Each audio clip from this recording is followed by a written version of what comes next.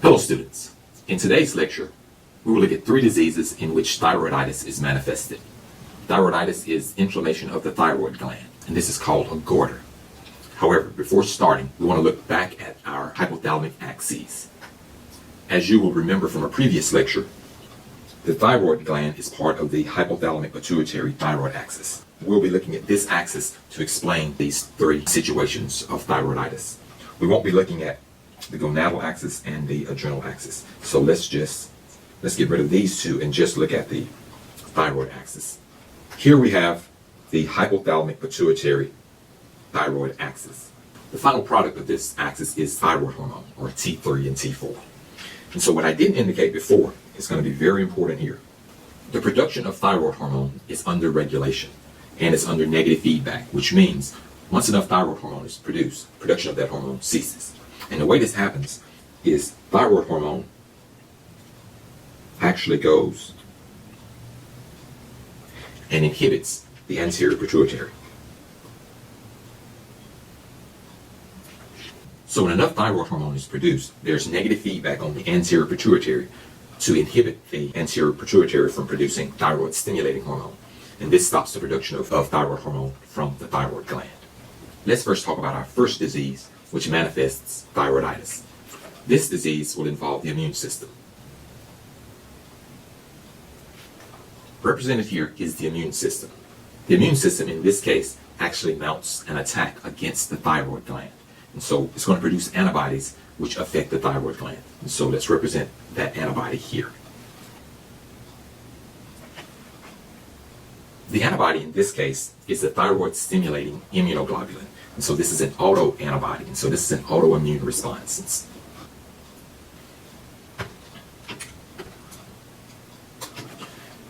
And so what happens in this case is that this antibody actually binds to the thyroid gland and overstimulates it.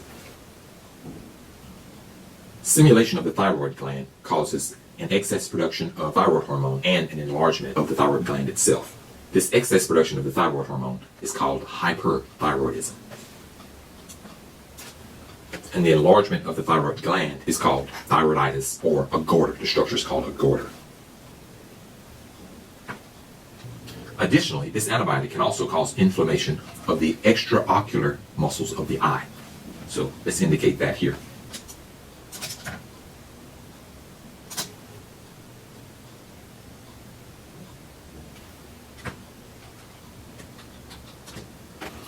Inflammation of these extraocular muscles causes the eyes to bulge out. So I'm going to show you what that looks like with a figure. On this figure, we can see 2 symptoms of this condition. The first one is bulging of the eyes, and this is called exophthalmos.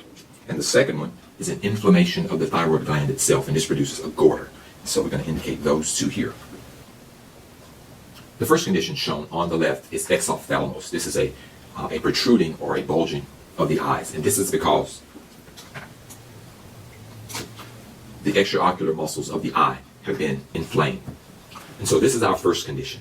And this condition is known as Graves' disease, or toxic goiter. Our second manifestation of thyroiditis is very similar to this one. It's going to involve the immune system and the production of antibodies. And so we're going to copy these 2 elements here. Just as before, the immune system produces antibodies. However, in this case, the antibodies don't stimulate the thyroid gland, they actually inhibit it. As I've mentioned, in this case, when the antibody inhibits the thyroid gland, we still get enlargement. What's happening here is that since the thyroid gland isn't producing thyroid hormone, there's no negative feedback on the anterior pituitary. And so the anterior pituitary is continually producing thyroid stimulating hormone in an attempt to get the thyroid gland to produce thyroid hormone. And so what happens, this overstimulation causes an enlargement of the thyroid gland. And so in this case, we still get an enlarged thyroid. We get the production of a goiter, but in this case, we get hypothyroidism. So let's indicate those.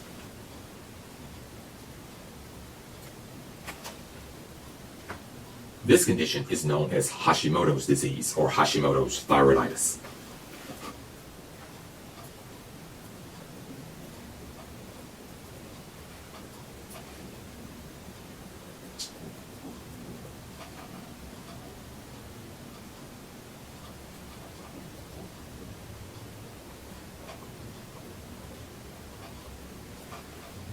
So our second disease is Hashimoto's disease, or Hashimoto's thyroiditis. And just as before, this also is an autoimmune disease.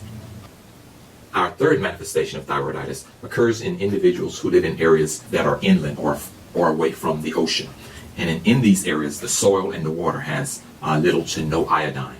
And so if you don't have iodine, remember you can't make T3, which has 3 iodine atoms, or T4, which has 4 iodine atoms. So let's indicate that here.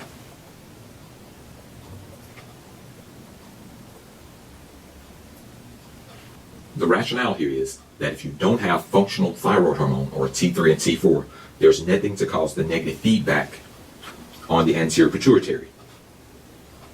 And so the anterior pituitary continues to secrete thyroid stimulating hormone. And the thyroid stimulating hormone overstimulates the thyroid gland again. And then we're going to get hypertrophy or overgrowth of the thyroid gland. And so with no functional thyroid hormone, there's no negative feedback. So in the normal situations,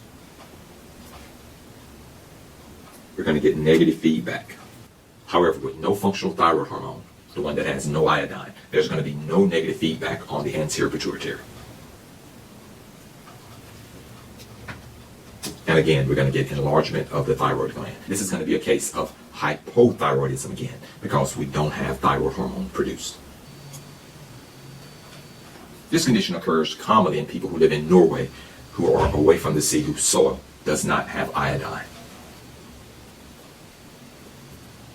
And because this problem does not occur because of some deficiency in the person's body, but is endemic to an area, we call this condition endemic goiter.